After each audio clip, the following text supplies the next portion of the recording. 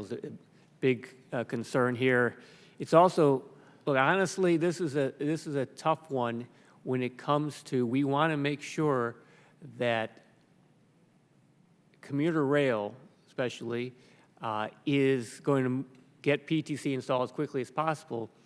But, you know, question out there, are we going to be levying these big fines against commuter railroads who may not have the money to begin with, and that's why they are so slow in getting this done, and what will happen next? So, you know, that's a question I think is a question. Do you have any comments on that?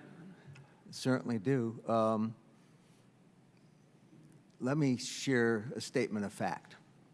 When we had individual meetings, eyeball to eyeball, with each of the 41 railroads, and at that time I was not yet confirmed, I was an advisor to the Secretary, I shared with each of them that I often sat on the other side of that table where they were sitting. So I asked for candor and thorough understanding of where they were with PTC.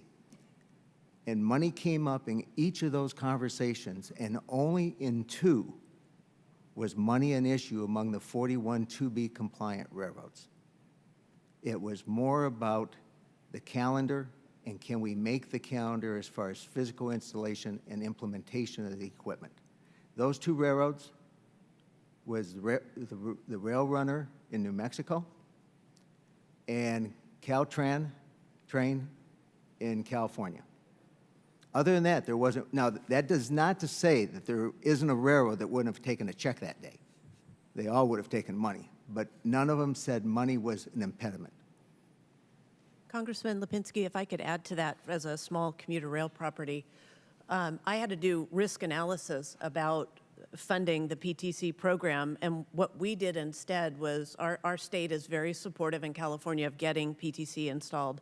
And so through state sources related to safety and security, we funded our $7 million PTC program. I worried just about the timing of federal grants coming out, that would be another one of those issues that's out of my control that would push when we could make the order of equipment. And so there are times when there's just the uncertainty of the grants added onto the uncertainty of all the rest of the program that we couldn't bear that risk. And so while the offer was made, we did go forward with state funding just because it had more certainty about when we'd have our hands on it and be able to get it to the vendor and order the equipment.